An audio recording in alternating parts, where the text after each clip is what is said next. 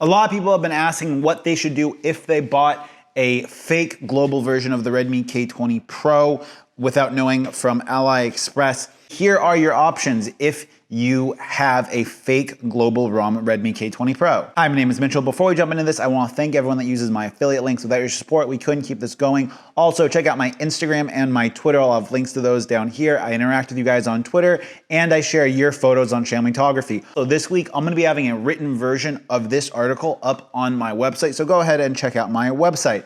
Okay, you guys know the drill. Let's hop into this.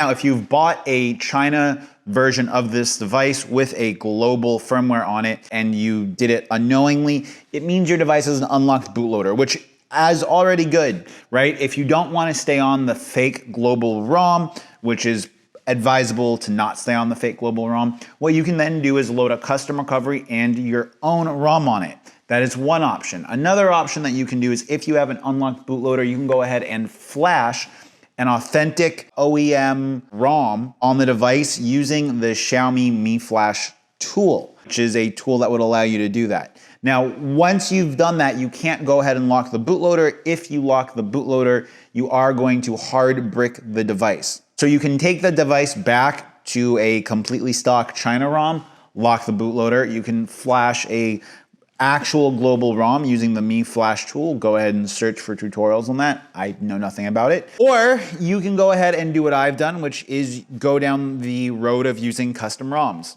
Now, in choosing custom ROMs, there's a pretty big variety for what we have. Hey guys, just hopping into this video really quick to remind you that I am giving away a pair of my favorite Bluetooth wireless headphones thanks to GearBest. Go ahead and check out the video linked up here to enter and win. People like myself, I want the stability of stock MIUI. I want to have the least number of like MIUI bloaty apps possible. I want to have as many of the Google apps as possible. And I want to retain all of the new updates I'm gonna get. So for me, the best option is to use a ROM like Xiaomi EU. For those that don't know, Xiaomi EU, the stable version of it is based on the China stable ROM. The weekly or the beta version of the ROM, which I'm running, is based on the China beta ROM. Now, these ROMs are all great ROMs, or both of these ROMs from Xiaomi EU are great ROMs.